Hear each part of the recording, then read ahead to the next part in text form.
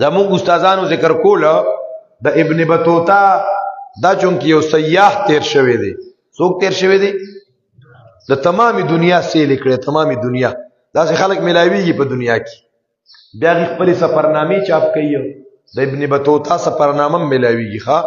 او دې دور کې داسې علما شته چې هغه خپل سفرنامې لیکلي او غټ علم دی پای کې دنیا کې ګرځېدلی. یو په هغه سفرنامو کې یو سفرنامه ده د ځان ته مطالعه کې طالبانو جهان دیدا. سنم دی جهان دیدا. د دې نه علاوه نور سفرنامې مشته.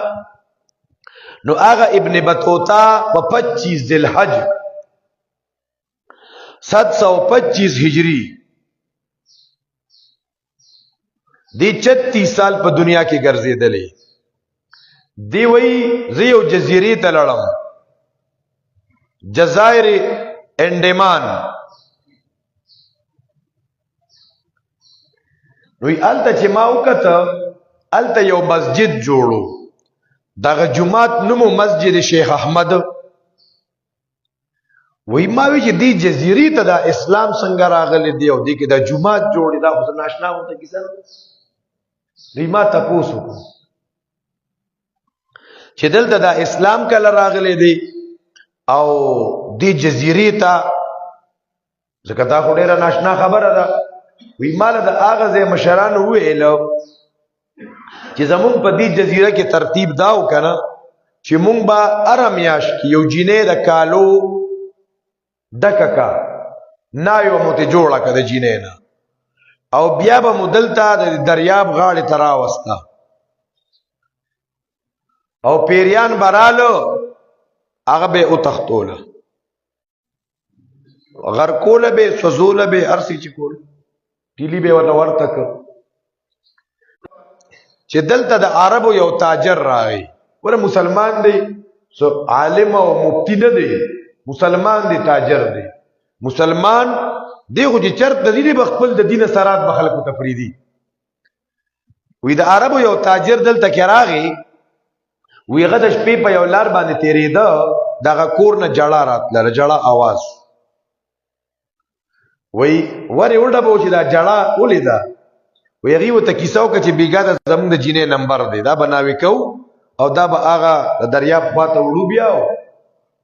اکدا سی مونږه اونکو دا غونډي جزيري کورونه را لاسوځي. هغه وی ښا هغه ته یو کار وکي بیګا ته پکې ما ناوي کې ایمان دې کنه توحید دې کنه. وی ما ناوي کې پرې چې ما اوسوځي. هغه وی سیدا هغه د شپې ناوي کو د دریاب غاړې ته یوړو او د خپل حصار شروع کو، آیت الکرسی شروع کا، معوذتین شروع کا، د ځانې غیر چا پیره حصار قلعه د ځانه جوړه کا روحانی.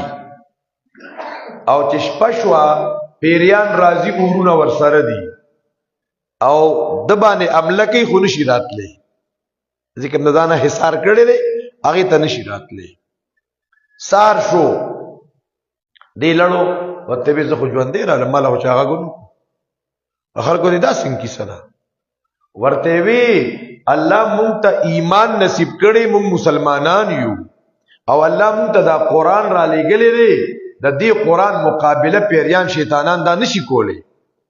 وی هغه وته وی یو کار دی ډیر رواني میاشتم 30 سال شکنه نو کچرتا ته بچوي مونږ سره دا غونډه جزیره مسلمانی هغه بالکل به سار شم.